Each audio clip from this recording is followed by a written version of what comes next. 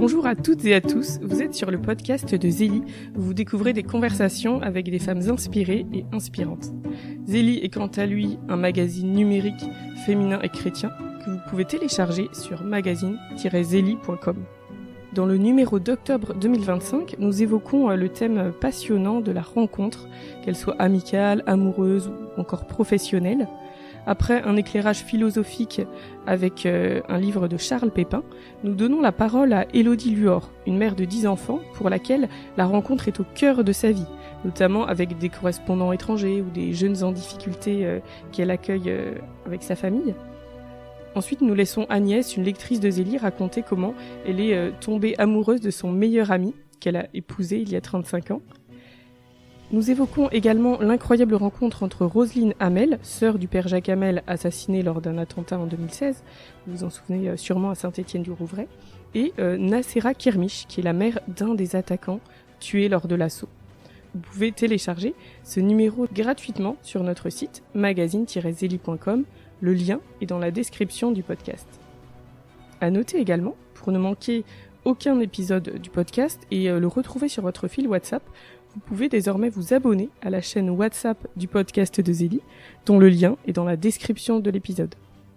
Aujourd'hui, pour ce nouvel épisode du podcast, nous vous proposons une conversation avec Bénédicte Delélis, auteure de nombreux livres, notamment de la collection Graines de Saint. Elle est aussi enseignante en théologie, chroniqueuse et présentatrice d'une émission de télévision. Nous allons revenir sur son parcours et évoquer des thèmes qui lui sont chers, comme la sainteté ou encore la maternité, mais aussi des sujets plus personnels. Bénédicte, bonjour. Bonjour. Vous êtes née à Nantes en 1985. Quels étaient vos rêves de petite fille ? Alors c'est une jolie question qu'on me pose pas très souvent. Et ce qui est amusant, c'est qu'il y a pas longtemps, on a vendu la maison de mon enfance. Et donc il a fallu tout trier. Cette maison qui était rue de Miséricorde. Ça me touche beaucoup d'être née rue de Miséricorde, comme une promesse de la miséricorde de Dieu pour moi. Et ma sœur qui a tout trié a retrouvé dans des tiroirs des tas de vieux papiers que ma maman avait dû garder. C'est touchant ça d'ailleurs de penser qu'affectueusement ma maman avait dû garder tout ce petit bazar d'enfants, de dessins et tout ça de tous mes frères et sœurs. Et dans un dossier marqué à mon nom, il y avait toutes sortes de petites histoires que j'avais écrites d'une grosse écriture maladroite et avec plein de fautes d'orthographe. Donc je pense que j'étais pas très grande. Je devais peut-être avoir 6-7 ans. Et c'est très drôle. J'étais très surprise moi-même de voir que visiblement, déjà toute petite, j'écrivais des histoires. Donc je devais avoir ça dans le cœur. Et ce qui m'a beaucoup touchée, c'est que c'était déjà des histoires de Jésus, alors que j'ai pas du tout le souvenir d'avoir été un enfant pieux. Absolument pas. Je pense que j'étais pas du tout un enfant pieux. Mais Jésus avait visiblement déjà mis ça dans mon cœur, et notamment une histoire d'un petit ours où mon frère avait fait les dessins et où visiblement ce petit ours vivait dans une cabane très malheureux et tout à coup il rencontre l'enfant Jésus. Et l'histoire s'arrêtait là, mais on voyait que visiblement dans mon cœur d'enfant, si on rencontrait l'enfant Jésus, tout allait mieux. Et ça m'a beaucoup amusé parce que j'ai écrit un petit conte qui s'appelle Basile et l'enfant roi, où vraiment il y a un petit garçon qui aussi rencontre l'enfant Jésus. Donc je sais pas, est-ce que le Saint-Esprit mettait déjà une sorte de chanson dans mon cœur d'enfant? C'est possible. Du coup, de quelle façon vous avez rencontré Jésus ? Alors, je suis née dans une famille chrétienne, donc on a toujours fait la prière dans ma famille, on a toujours été à la messe. Donc je pense que ma première rencontre avec Jésus, c'est avec la liturgie. Je crois que c'est les paroles de la messe qui ont été ma première rencontre avec Jésus. Et notamment, je me souviens de phrases de la liturgie, « Ne regarde pas nos péchés, mais la foi de ton Église ». Je sais pas, des prières de la liturgie qui pénétraient en moi, des paroles qui déjà me dévoilaient le visage de Jésus. Je me souviens des processions pour les ordinations, où je trouvais ça extraordinaire. J'avais l'impression de voir tous les saints du ciel qui arrivaient en procession. Donc je pense que cette liturgie a marqué mon cœur d'enfant. Après, j'étais en train de regarder peut-être un peu de l'extérieur pour la liturgie, mais ça commençait à pénétrer mon cœur. Et puis ensuite, je crois que c'est la vie des saints qui m'ont beaucoup, beaucoup touchée. Et c'est certainement pour ça d'ailleurs que j'écris des livres pour les enfants sur les saints, parce que moi-même, j'ai raffolé. Alors plutôt à l'adolescence, parce que dans mon enfance, il n'y avait pas beaucoup de choses pour les enfants sur les saints. En tout cas, moi, je connaissais pas. Et donc, c'est plutôt à l'adolescence, et notamment un témoignage d'une femme qui est venue dans mon école parler de Claire de Castelbajac quand j'étais adolescente, et un livre plutôt quand j'étais, peut-être j'avais 11-12 ans, un livre sur Sainte Thérèse de l'Enfant Jésus.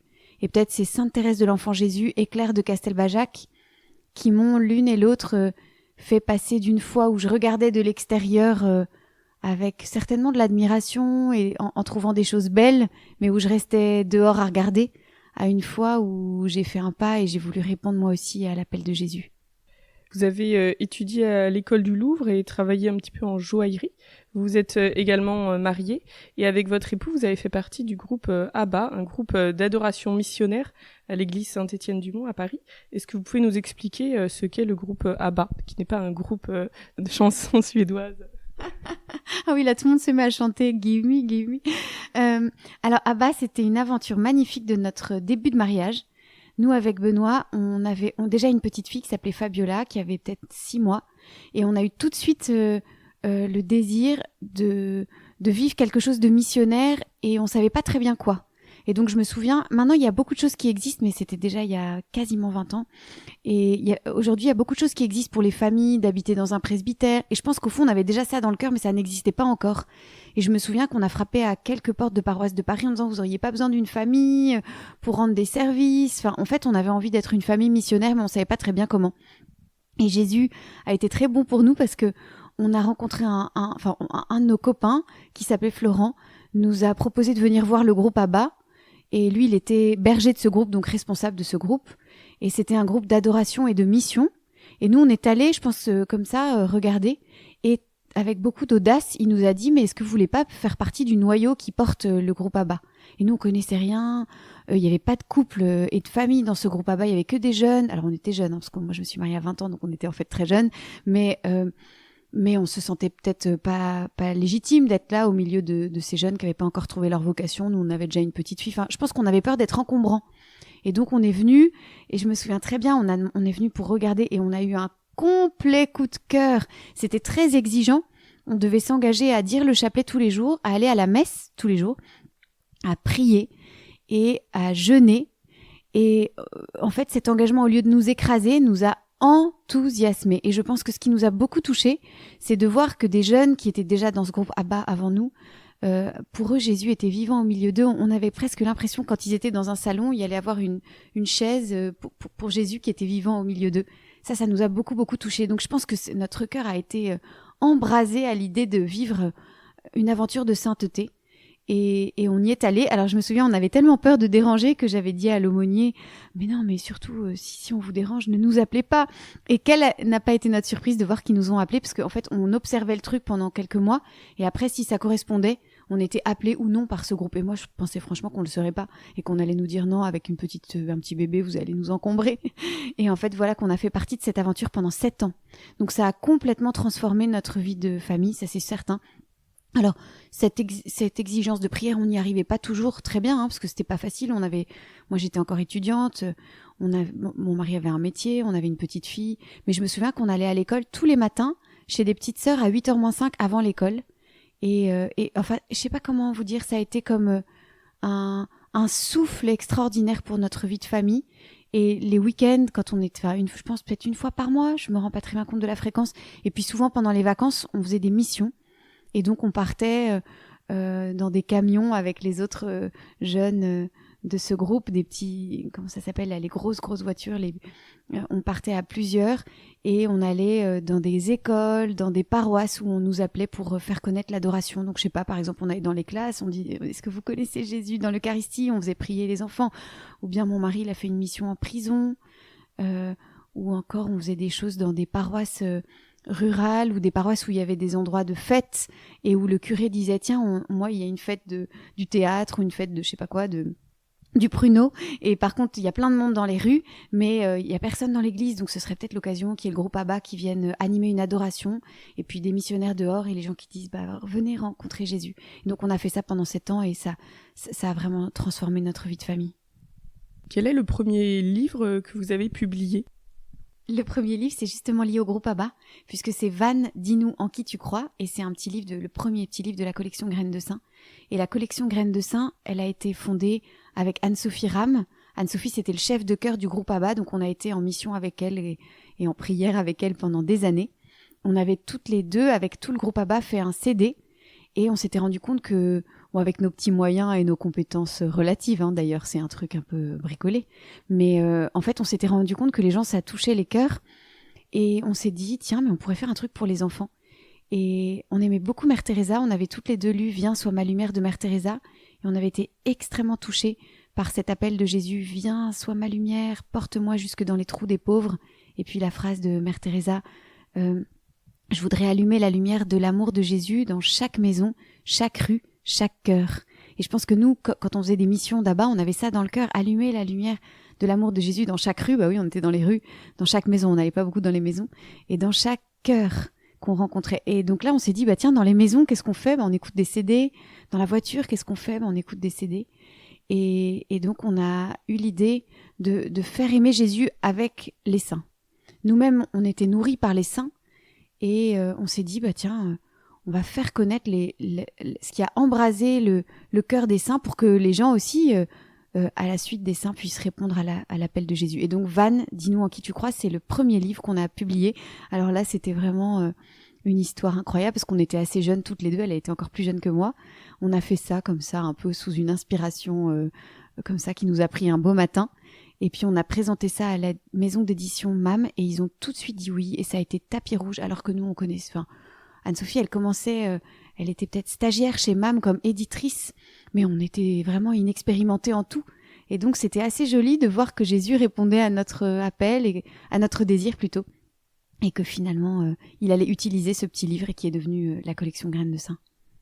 Alors justement, dans cette collection Graines de Saint, plutôt pour enfants chez MAM, et puis maintenant aussi celle Témoins de l'invisible, plutôt pour les collégiens aux éditions Emmanuel. Donc vous racontez ces nombreuses vies de saints, vies de témoins du Christ. Alors je me demandais comment, pour ces vies de saints, vous passez de vos sources, donc des livres, des documents, à un récit qui soit vivant et accessible. Est-ce que vous avez des techniques ? Alors déjà, je pense que je commence par tout lire ce qu'a écrit le saint pour essayer de vraiment, vraiment m'imprégner.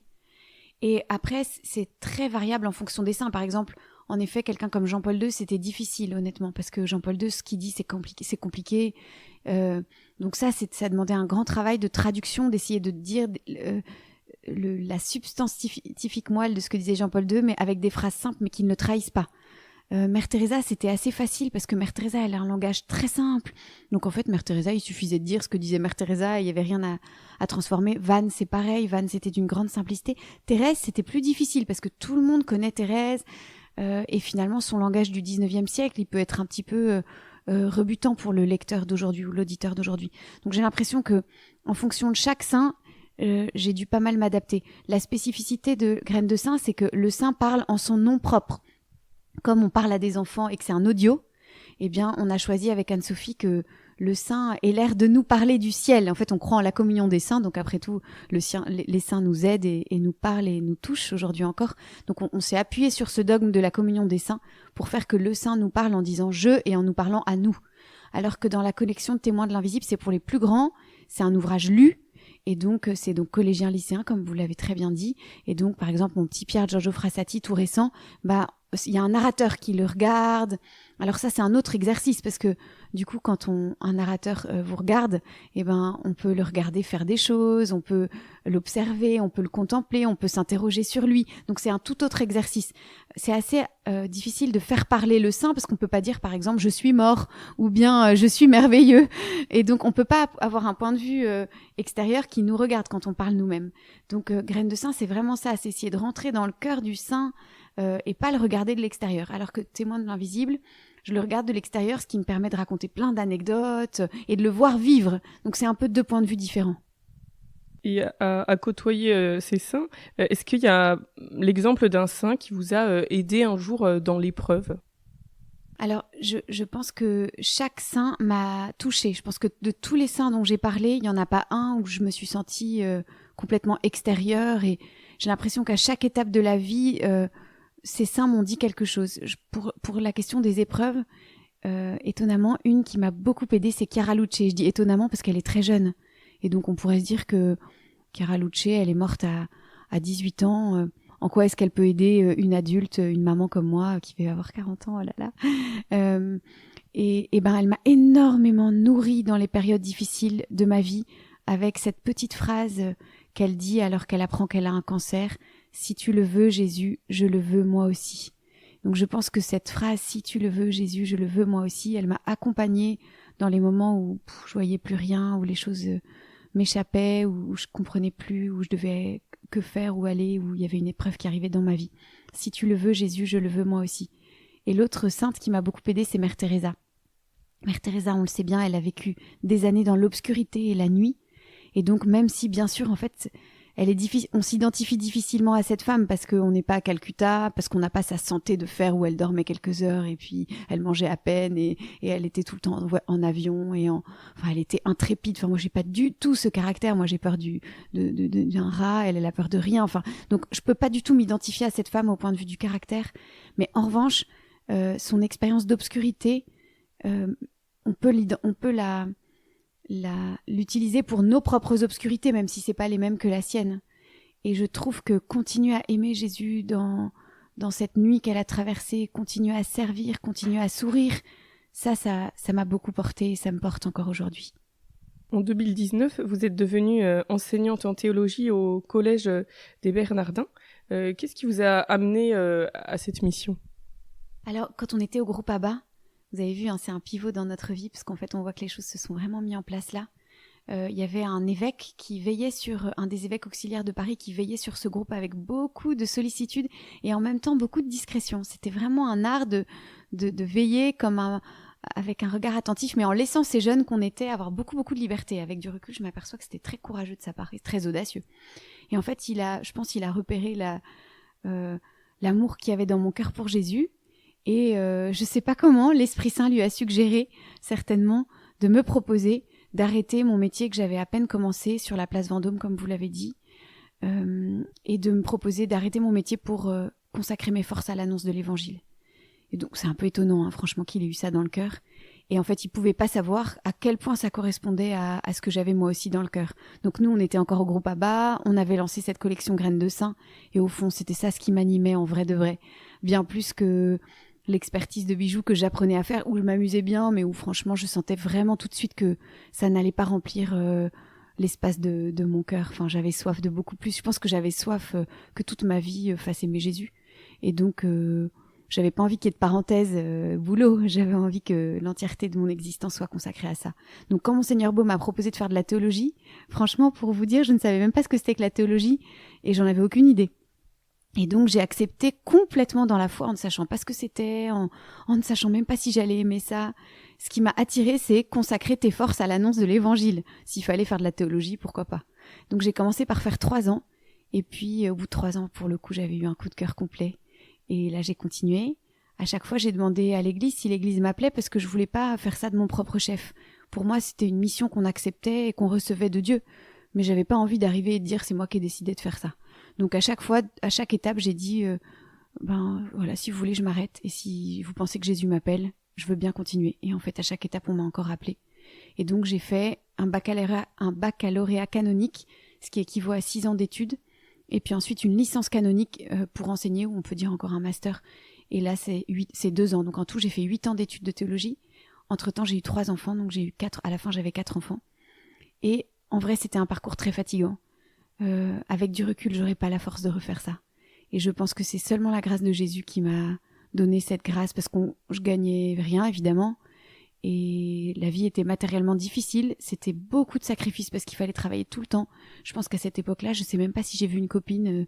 Si, je voyais ma chère Anne-Sophie Ram avec qui on continuait la collection Graines de Saint, et quelques fois des amis, mais c'était très austère en fait. Il fallait travailler, il fallait étudier, il fallait rendre des devoirs, il fallait faire des oraux, et au milieu des séminaristes qui, eux, avaient une vie entièrement consacrée à ça, et moi, j'ai pas eu de congé maternité. Enfin, il y avait quelque chose de très fatigant.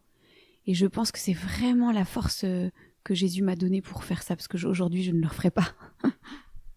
Alors effectivement, vous enseignez aujourd'hui au Bernardin, et par exemple, cette année, vous proposez chaque semaine un cours intitulé « Chercher Dieu avec Benoît XVI ».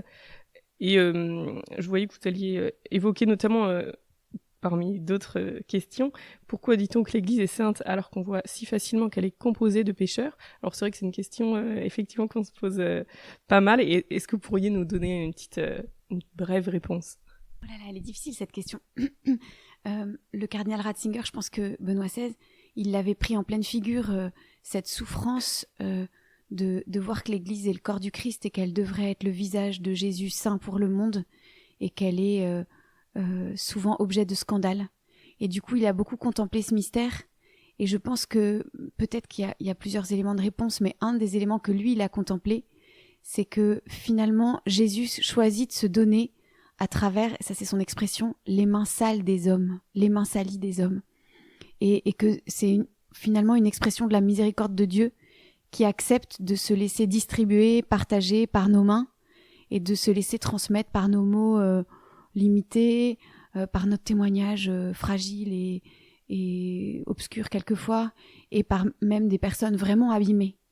Et lui, donc bien sûr que ça légitime pas qu'il faut absolument se convertir, et que quand on a pour mission de donner le Christ, comme on a tous en tant que chrétiens, on doit absolument essayer de conformer notre vie à la sienne, de laisser sa pureté transformer notre impureté, sa lumière envahir nos ténèbres, mais que malgré tout, on est tous des gens un peu abîmés, des gens un peu cabossés. Et Ratzinger dit d'une façon très belle, finalement, cette sainteté si peu sainte de l'Église a quelque chose d'infiniment consolant, parce qu'alors, et là je traduis ce qu'il dit, le début de la phrase c'est vraiment lui, et alors, dit-il, mais le passage suivant est plus long, je peux dire, moi aussi, me voici. Parce que s'il y avait que des gens magnifiquement saints qui étaient appelés dans l'Église, alors j'oserais pas venir. Donc en fait, il contemple à la fois l'appel à la sainteté vraiment véritable, et puis le fait qu'on demeure toujours des personnes où il y a le bon grain et l'ivraie, et que Jésus nous veut quand même et qui nous appelle quand même. Donc cette sainteté si peu sainte de l'Église a quelque chose d'infiniment consolant. Mais je crois que ça, c'est un des premiers aspects de la réponse.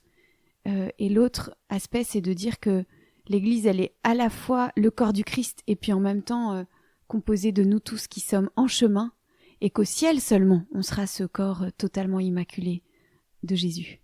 Oui, d'ailleurs, ça me fait penser à un film qui va sortir le 5 novembre 2025, qui s'appelle Le Roi des Rois, qui est plutôt un film pour enfants, distribué par Sage, que j'ai vu hier en avant-première. Et en fait, les disciples sont... Jésus, il est hyper beau, on dirait un acteur américain, enfin c'est un film d'animation. Et par contre, les disciples, ils sont vraiment pas très beaux. C'est un peu des gens qu'on croise dans la rue, qui sont grands, petits, gros, maigres, enfin voilà.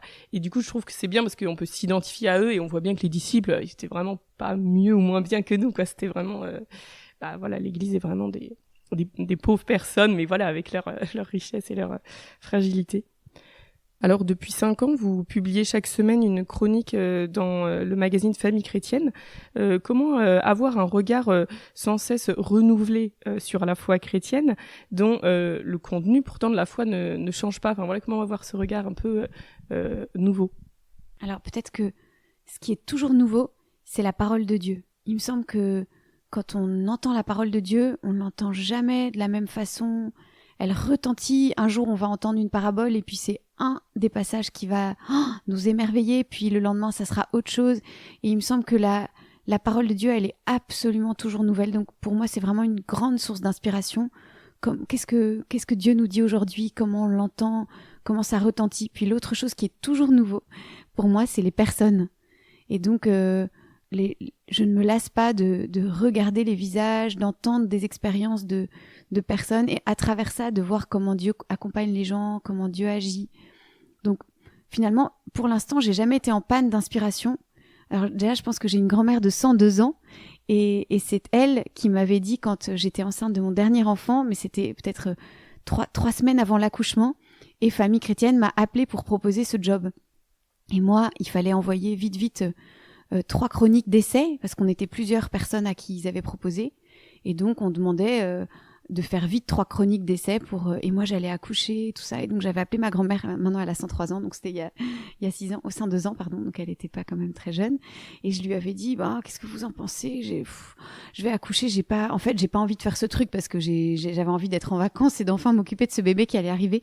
Et elle m'a dit, non, tu dois faire ça. Quand t'as quelque chose comme ça qui se propose à toi, tu essayes, tu tentes.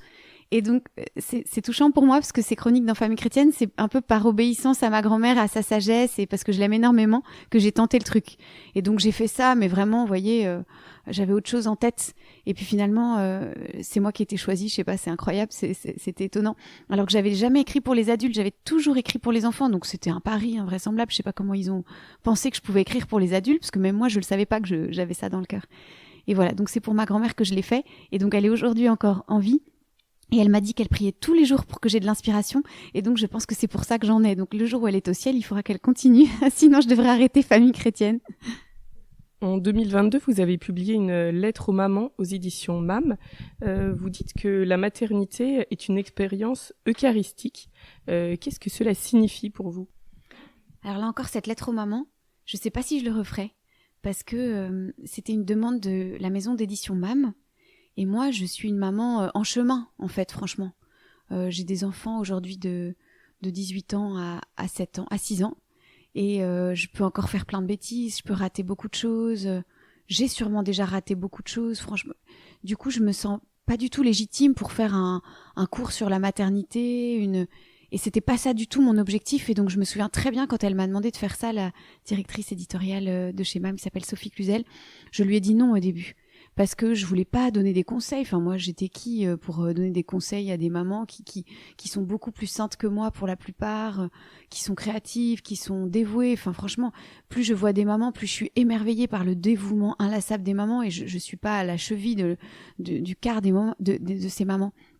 Et donc, l'objectif enfin, franchement, cette lettre aux mamans, c'était juste comme au milieu de toutes les mamans, et vraiment la dernière d'entre elles, contempler ce que j'avais moi aperçu de la maternité, et avec mon langage et puis peut-être les petits outils théologiques que j'avais, en dire quelque chose, et puis encourager ces mamans, parce que je trouvais que dans l'église, on leur dit souvent, même le jour de la fête des mères, il n'y a pas d'homélie sur la maternité. Enfin, elles sont un peu les oubliées de l'église, hein. On dit pas grand-chose pour encourager les mamans. Voilà, donc c'était mon but, mais en tout cas, j'aurais bien voulu, et j'aimerais encore rester bien à ma place de la dernière, qui n'a vraiment aucun conseil à donner, et pas beaucoup d'expérience en réalité. Et pourquoi une expérience eucharistique ? Ce qui me frappait en ayant été enceinte, en ayant mis des enfants au monde, en ayant essayé d'ailleurs souvent en ratant de les allaiter, j'ai eu beaucoup de mal, et à la fin j'ai pas réussi d'ailleurs. Et je voyais bien vraiment que il y avait le Dieu qui avait créé la femme enceinte était le même qui avait créé l'Eucharistie, et que cette expérience de donner son corps et de devenir une nourriture pour l'enfant, c'était en fait quelque chose qui nous faisait découvrir qu'est-ce que ça devait être pour Jésus de donner son corps. J'ai l'impression que quand on a été enceinte et qu'on a porté un enfant dans son sein, ou qu'on a donné sa chair à un petit enfant qui tous les jours réclame notre énergie, je pense qu'on peut dire ça aussi pour les mamans qui ont des enfants adoptés, j'en suis sûre. Parce que toutes les nuits, elles se lèvent quand même, parce qu'elles donnent leur chair à cet enfant, et ben, je trouve qu'il y a une expérience comme ça qui nous évoque vraiment ce que doit être pour Jésus donner son corps en nourriture, ou verser son sang pour un enfant qu'on doit mettre au monde. Donc, ce que j'avais entreaperçu dans ce mystère de la maternité, il me semblait que ça me mettait sur la voie pour apercevoir quelque chose de Jésus. Dans cette lettre aux mamans, vous parlez entre autres de Zélie Martin, qui est la sainte patronne du magazine Zélie, donc ça, on l'aime bien. Qu'est-ce qui vous touche particulièrement chez elle ? Ah, moi aussi, je l'aime beaucoup, cette Zélie. Je pense que la première chose qui m'a touchée chez elle, c'est qu'elle a un caractère très anxieux, et que moi aussi. Et donc, je pense qu'elle m'a infiniment consolée de me dire que on pouvait s'en sortir dans la vie en étant inquiet de tout, parce que quand on lit ses lettres, elle se fait du souci parce que ses enfants sont malades, elle a toujours l'impression qu'elle va jamais y arriver. Et à la fin, moi, cette phrase me touche tellement quand elle écrit ah, j'aimerais bien devenir sainte, mais il faudrait que je me mette, enfin, il est temps que je commence à essayer. Et en fait, on sait qu'elle va être sainte, mais elle le voyait pas du tout, et elle se sentait, je pense, vraiment toute petite, et elle voyait à quel point elle était cabossée. Et puis je pense que ce qui me touche aussi, c'est son expérience de drame vécu. Vous savez qu'il y a pendant 2 ans des lettres de Zélie qui ont disparu. Les sœurs Martin, elles ont tout jeté à la poubelle. Et je pense qu'elles ont tout jeté à la poubelle parce que Zélie, elle avait tellement touché le fond. C'était l'époque où son papa était mort et où elle avait perdu ses petits bébés. Et je pense que les lettres devaient manifester son extrême nuit et son extrême désespoir certainement. Et donc les sœurs Martin ne voulant pas qu'on soit choqué ou peut-être qu'on la trouve moins sainte, ont tout jeté. Alors je pense, à mon avis, ça serait un trésor à avoir ça. De se dire qu'il y a une sainte en fait, je pense qu'aujourd'hui, on dirait qu'elle a fait une dépression. Et donc, je pense que ça me touche. Et puis, une autre chose qui me touche, c'est que c'était une femme qui travaille. Et elle nous rejoint, on sent qu'elle est débordée, que les filles crient tout le temps, qu'il faut qu'elle leur achète des nouvelles robes, qu'il y a ces histoires d'ouvrières, il va falloir les payer, comment est-ce qu'elle va faire, elle a pas assez de commandes, puis maintenant elle a trop de commandes et pas assez d'ouvrières, enfin, elle a des soucis qu'ont beaucoup de femmes d'aujourd'hui d'avoir un job, et puis elle aime énormément son mari, j'aime beaucoup ce qu'elle dit de Louis Martin, je pense que je pourrais dire ça aussi de mon mari quand il est pas là, elle dit... Ah, je suis comme un poisson hors de l'eau, tu es mon élément. Enfin, voilà, je trouve qu'il y a beaucoup de tendresse et puis en même temps beaucoup de vie normale. Et ça me touche énormément. Au sujet de la maternité, quelle a été votre expérience de celle-ci ? Est-ce que vous en parliez déjà un peu, mais est-ce que ça a été simple et fluide ou au contraire c'était vraiment semé d'embûches et de défis ? Alors, déjà, évidemment, je voudrais dire que c'était une immense joie parce que mes enfants, peut-être, ils entendront un jour ce podcast, ils auront un chagrin fou s'ils n'entendent pas ça. Donc, évidemment, chaque enfant m'est apparu comme enfin, je sais pas, je me souviens très bien de mon éblouissement devant ces visages et de passer des heures à regarder ces petits visages dans leur berceau de verre, là, dans les maternités où il y a des petits berceaux de verre et on les voit. Et être tellement éblouie. Et je crois qu'en même temps, je dois dire avec humilité que j'étais aussi toujours écrasée. Mais je pense peut-être parce que j'étais très anxieuse de caractère. Je sais qu'il y a beaucoup de mamans qui vivent pas ça comme ça, donc je dis ça avec beaucoup d'humilité parce que je sais que ça m'est propre. J'étais quand même un peu écrasée par la responsabilité. Je me souviens, j'ai eu notre petite Fabiola, je devais avoir tout juste 23 ans. Et en même temps que cette joie éblouissante, il y avait un vertige de me dire c'est pour toujours et j'en suis responsable, est-ce que je vais y arriver ? Et je pense que j'ai toujours ressenti ça. Et oh là là, si j'avais pas eu ce caractère anxieux, la maternité n'aurait été que joie pour moi, mais j'étais marquée par quand même l'inquiétude de pas y arriver. Et puis certainement, j'avais une maman très malade déjà, et donc j'ai jamais connu non plus qu'il y ait une grand-mère qui soit ma maman pour veiller sur ces enfants-là. Je pense que ça m'aurait beaucoup soulagée de savoir que j'avais un relais, d'avoir quelqu'un à qui poser des questions, et ça j'ai jamais eu. Donc je pense que ça explique certainement aussi pourquoi ça m'a beaucoup inquiétée. Voilà, mais c'est mon histoire et je pense que je me suis beaucoup appuyée sur la Vierge Marie. J'étais assez seule parce que j'ai eu 23 ans. Ma maman est morte assez vite après, enfin quelques années après, mais elle était toujours très malade à ce moment-là. Et donc j'avais pas beaucoup d'aide. C'était mes copines, elles étaient pas du tout mariées et donc elles allaient faire la fête et tout. Puis moi j'étais toute seule avec mon bébé. Donc c'est une période particulière de ma vie, ce début de maternité. Et j'ai beaucoup été avec la Sainte Vierge au parc, au milieu des mamans qui étaient souvent plus âgées que moi. Et je me souviens que je disais à la Sainte Vierge, garde-moi un banc et tout. Et qu'elle le faisait dans les parcs parisiens bondés. Il y avait un petit banc qui m'attendait. Enfin, la Sainte Vierge a été très présente pour moi. Elle a été vraiment une mère. Elle a vraiment été ma mère. Elle m'a pas laissé tomber. Vous avez ensuite publié en 2023 « Lettre à ceux qui attendent la consolation » et vous affirmez, je crois, « Il est des visages de Dieu que l'on n'aperçoit que dans la nuit ». Qu'est-ce que vous voulez dire par là ? Ce que je veux dire par là, c'est que j'aime pas du tout les gens qui disent ah, on entend ça quelquefois, on a vraiment été bénis de Dieu, on n'a jamais eu d'épreuves. Et ça m'a toujours choquée parce que déjà ça fait de la peine parce qu'on a l'impression que ceux qui ont eu des épreuves, ils n'ont pas été bénis de Dieu.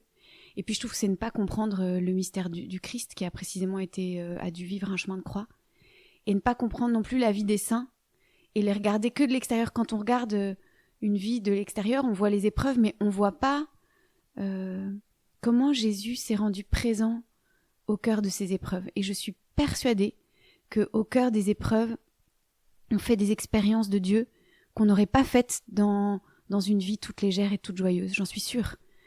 Quand on a... Alors évidemment que la joie, c'est aussi une expérience magnifique de louange, de contemplation de la création. Enfin, bien sûr que je mets pas ça à la poubelle, mais ce que je voudrais dire, c'est que il me semble que dans l'épreuve, on crie vers Dieu souvent, et il se fait proche. Ça, c'est pas une blague. Il se fait proche et on aperçoit de lui des choses qu'on n'aurait pas regardées ou qu'on n'aurait pas essayé de voir ou qu'on n'aurait pas cherché à entendre de la part de Dieu parce qu'on n'aurait tout simplement pas crié et qu'on aurait peut-être été moins attentif. Et je suis persuadée que le visage de Jésus se dévoile quand on appelle Et c'est un peu l'histoire des béatitudes. Heureux ceux qui pleurent, ils seront consolés. Heureux ceux qui ont faim et soif, ils seront rassasiés. En fait, ils ont eu faim et soif, ils ont pleuré, ils ont vécu cette expérience difficile. Mais dans tout ça, ils ont découvert un visage de Jésus qui avait faim et soif, de Jésus qui pleurait, de Jésus miséricordieux. Enfin, je trouve que les épreuves, si on appelle, Dieu se fait proche et on découvre vraiment son visage. Ça, j'en suis vraiment persuadée. Et dans la vie des saints, quelquefois, on voit que leurs épreuves de l'extérieur, mais on voit bien que quand on lit leurs lettres, ils ont découvert quelque chose de Dieu. Dieu s'est fait proche. Il y a cette magnifique phrase de Chiara Luce qui dit, alors qu'elle est malade et que certainement pour leur famille, c'était une terrible épreuve que la maladie de leur unique enfant, ce cancer renversant de Chiara Luce, c'était leur unique enfant. Et elle dit cette phrase, « Avec Jésus au milieu de nous, nous sommes la famille la plus heureuse du monde. » On voit que cette phrase, c'est pas une plaisanterie. Ils avaient Jésus au milieu d'eux et Jésus a été leur joie. Ou bien, dans ma petite mansarde, je souffrais beaucoup, mais mon âme chantait. Ça, j'aime beaucoup aussi parce que oui, elle souffrait beaucoup, mais son âme chantait parce que le Saint-Esprit a déposé quelque chose dans son cœur et qu'elle a découvert quelque chose de Dieu, de sa visite ineffable à ce moment de souffrance. Je suis persuadée que dans nos moments de souffrance, Dieu se rend présent. Pourtant, c'est vrai que quand, par exemple, on traverse une période difficile, parfois on n'a même plus la force de prier. Alors, du coup, on a l'impression de s'éloigner de Dieu. Donc, comment est-ce que Dieu se rend présent à ces moments-là ? C'est vrai ça. Je me souviens très très bien du Père Poté. Vous voyez qui est le Père Poté, le curé de Notre-Dame du Travail. Et on avait dû animer une veillée de prière de consolation pour le Congrès Mission il y a plusieurs années. Et il venait d'apprendre qu'il avait un cancer. Et il était arrivé... Et on devait animer tous les deux. Et maintenant, il est en soins palliatifs. On peut prier pour lui tout en écoutant ce podcast. Il attend la venue de Jésus qui ne vient pas. Et il avait beaucoup, beaucoup pleuré. Et ça m'avait vraiment frappé, ce prêtre qui versait des larmes dont je ne connaissais pas le fond du cœur, mais on sentait qu'il était vraiment dans la détresse. Et il avait fait cette phrase qui rejoint ce que vous dites. Je croyais que parce que j'étais malade, j'allais pouvoir plus prier. Et en fait, je suis tellement fatiguée. Et en chimio, j'imagine qu'il devait vomir comme tous les gens en chimio. Il devait découvrir la faiblesse extrême du corps. Et il disait, je ne peux plus prier. Et donc ça, je crois que c'est vrai. On ne peut plus prier quand on est dans l'obscurité. On ne peut plus prier. Et c'est peut-être avec le recul. Je suis persuadée qu'il y a des moments où on voit plus du tout la présence de Dieu. On est vraiment dans le noir. C'est précisément ça l'épreuve. On est complètement dans le noir et c'est l'expérience de Jésus sur la croix. Mon Dieu, pourquoi m'as-tu abandonné ? Et donc on vit peut-être des semaines dans le noir et puis tout à coup, il y a une lumière. Tout à coup, on se dit, on découvre quelque chose de Dieu. Et puis avec le recul, on se retourne et on se dit, mais si, en fait, j'ai appris ça. Il m'a accompagnée. Peut-être sur le moment, on voit rien. Mais après, des années plus tard, on aperçoit une fécondité, on aperçoit notre cœur qui s'est élargi, on aperçoit une rencontre qu'on a faite, on aperçoit quelque chose qui a été donné à quelqu'un. Je dis pas que ça veut dire qu'à la fin on dit que tout a trouvé une réponse. Bien sûr que non, quand on a perdu un enfant, c'est un drame inconsolable jusqu'à la fin de nos jours. Mais il me semble qu'au ciel, on se retournera et on verra ce que Jésus a fait avec nous et qu'il nous aura pas trompés. Alors une nouvelle activité s'est ajoutée depuis septembre 2025. Vous présentez l'émission Lumière intérieure sur KTO, où vous recevez des personnalités pas toujours croyantes ou bien en périphérie de l'Église. Selon vous, comment dialoguer avec quelqu'un qui ne croit pas ou peu en Dieu ? Alors, je peux pas faire une grande déclaration parce que mon expérience est toute petite encore puisque j'ai commencé en fin août et qu'on est en octobre à l'heure où je vous parle. Donc, j'ai fait peut-être 8 rencontres, évidemment pas au cours de ma vie, mais dans le cadre de cette émission-là dont vous parlez, mon expérience, elle est toute neuve. Mais ce qui m'a frappée déjà, et ce qu'on voit d'ailleurs dans la vie quotidienne avec les gens qui n'ont pas la foi, mais encore plus là, parce que je suis là pour les interroger sur, au fond, quelle est leur expérience de Dieu, même si c'est pas le mot de Dieu qu'ils mettent derrière cette expérience. Quelle est leur expérience d'une lumière intérieure, c'est le titre de l'émission, mais pour dire d'un truc que t'as perçu au fond de toi, et au fond tu sais peut-être pas que c'est Dieu alors que c'est lui. Et ce qui me frappe infiniment, c'est que, et ça me donne énormément d'espérance sur les gens qui n'ont pas la foi, c'est que dans tous les gens que j'ai entendus, j'ai vu des choses où je me suis dit, mais ça ressemble tellement au visage de Jésus. Par exemple, un écrivain qui, sa motivation, c'est la compassion. Une espèce de compassion qui l'étreint devant les souffrances des gens, ou bien une soif de justice, ou bien qu'est-ce que j'ai vu, l'acteur Frédéric Shaw qui a fait Qu'est-ce qu'on a fait au bon Dieu, l'acteur asiatique là qui joue le personnage asiatique et qui raconte qu'il est rescapé, enfin que ses parents étaient rescapés du génocide Khmer Rouge et que toute sa vocation d'acteur et tout ça, c'est pour rétablir la dignité de ses parents qui a été bafouée. En fait, j'ai l'impression qu'on aperçoit dans chacune de ces personnes quelque chose qui ressemble à Jésus. Enfin, c'est pas pour rien qu'on est créé à l'image de Dieu. Et j'aperçois dans ces gens qui parlent cette ressemblance. Et ça m'émeut beaucoup. Et cette ressemblance qui certainement, eux, ils ne la voient pas, ils s'en rendent pas tellement compte, mais c'est en parlant avec eux qu'on l'aperçoit et on se dit « Oh, mais le jour où ils verront Jésus compatissant, ils diront « Mais en fait, j'avais ça au fond du cœur. » Le jour où ils verront... là, j'ai interviewé une femme, mais qui a fait mon admiration, qui s'appelle Liseron Boudoul, reporter de guerre. Et cette femme va sur tous les théâtres de guerre pour TF1. Et on sentait que sa motivation, c'était apporter l'espoir et créer une communion avec les gens. Et son intrépidité m'a renversée. Peu importe d'être sous les bombes, peu importe qu'elle prenne des risques énormes, elle veut créer du lien avec ces gens dans la détresse. Mais je me dis, elle connaît Jésus, mais quand elle va le voir face à face, mais elle va être bouleversée de voir que elle lui ressemble en fait. Et donc je me dis, je comprends beaucoup l'évangélisation comme... Alors bien sûr, parfois, il y a l'occasion d'évangéliser directement en disant « Jésus est ressuscité », mais quelquefois, il n'y a pas la possibilité. Souvent dans nos familles, il n'y a pas la possibilité parce que ça braquerait les gens, on les énerverait tout de suite, ils nous diraient « Arrête de nous saouler avec tes trucs de catho ». Mais je trouve que, en fait, on aperçoit souvent dans le cœur des gens quelque chose qui ressemble à Jésus. Et on se dit « Mais au dernier jour, quand ils découvriront que Jésus est cette lumière qu'ils avaient au fond d'eux, mais ils diront oui. » Donc ça me donne beaucoup, beaucoup d'espoir. Vous êtes une auteure assez prolifique. Vous êtes, on l'a vu, enseignante, chroniqueuse, animatrice à la télé, mère de 4 enfants. Alors, est-ce que vous avez une astuce à nous partager pour trouver un équilibre, organiser vos journées au mieux ou prioriser de manière ajustée ? Alors ça, faudrait qu'il y ait mes enfants ici pour qu'ils disent la vérité. Est-ce que vraiment je m'en sors ou est-ce que de temps en temps ils ont pas un mauvais repas parce que j'ai mal fait le truc ?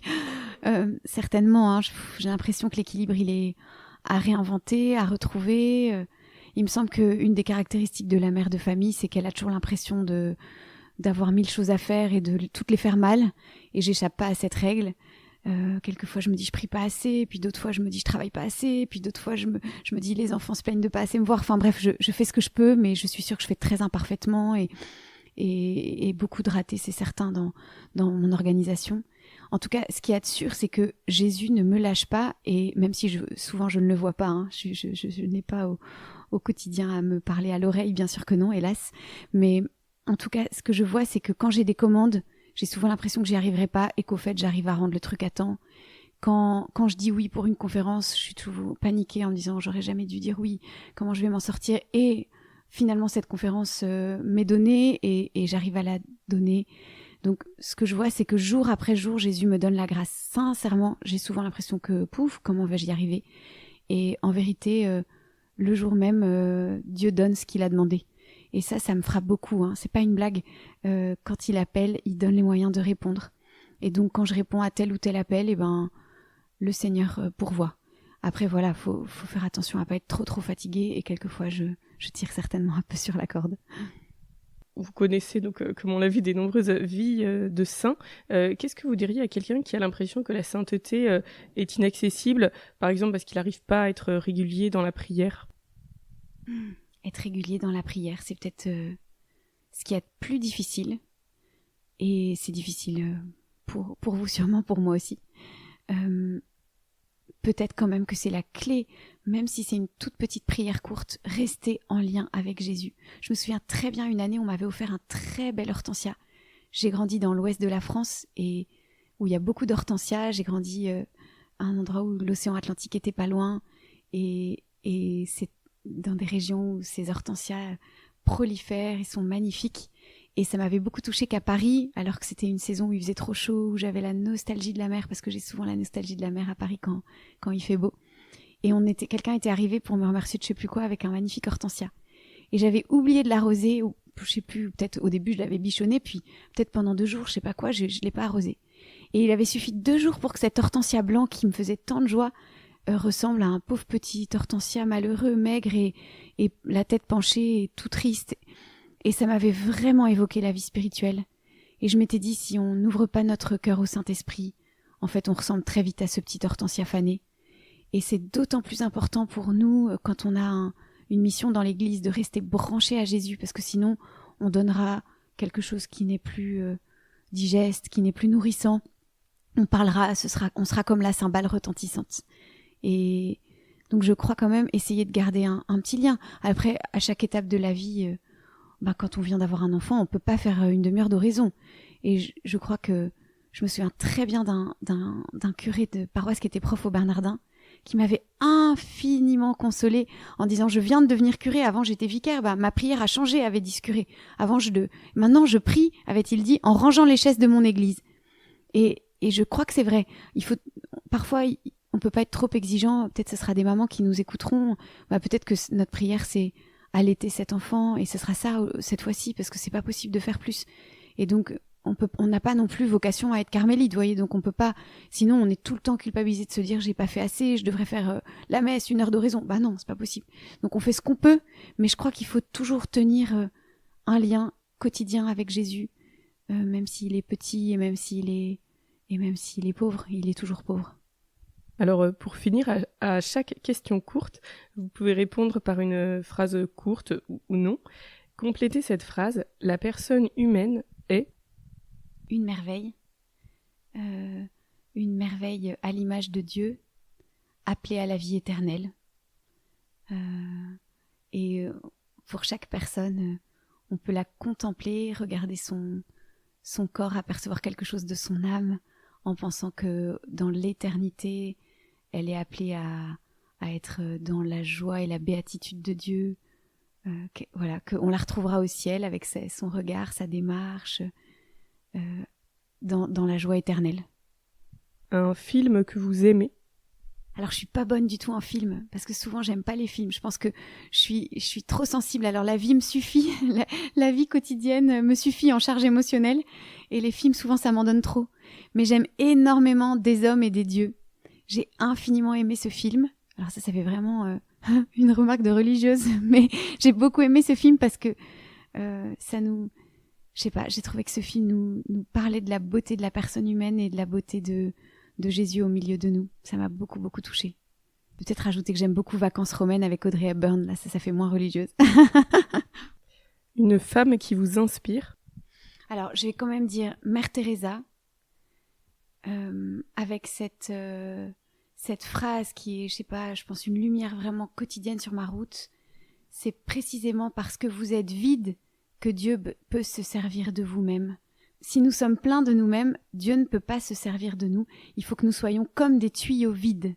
Ça me touche beaucoup. Mais sinon, je peux pas m'empêcher d'ajouter ma grand-mère qui, à 102 ans, fait sa gym tous les jours et persévère et tient alors qu'elle se sent inutile et abîmée. Et elle tient dans l'écoute de chacun, la prière, l'envie de rire. Et toutes ces personnes âgées me touchent énormément avec leur fragilité, leur vulnérabilité et leur courage alors même qu'elles se sentent inutiles. Donc j'en ai dit 2, j'ai triché. Un moment qui vous ressource? Le tabernacle. Vraiment, ça c'est indéniable. Je pense qu'il n'y a pas un jour où je ne suis pas allée épuisée au tabernacle et où le tabernacle et Jésus présent m'a pas donné des forces. Et puis être en silence, à marcher, la mer et marcher dans la nature. Que direz-vous à Dieu quand vous le verrez? Oh là là, ça c'est vraiment une belle question. Oh, j'ai l'impouf. Ça doit être tellement fou de le voir, hein. Je sais pas, je pense qu'on doit être totalement saisi. Je pense que je vais rester en silence, tellement je serai éblouie et heureuse de me dire je suis enfin arrivée, c'est enfin... ça y est, on y est enfin. Et peut-être que si j'avais encore la présence d'esprit de dire quelque chose, mais à mon avis, je dirais plus rien tellement je serais contente et rassurée enfin. Mais j'aurais envie de chanter le Magnificat derrière tous les saints du ciel qui ont dû le chanter après la Vierge Marie. Enfin, s'il y avait une chose que je pourrais me mettre à chanter, c'est ça.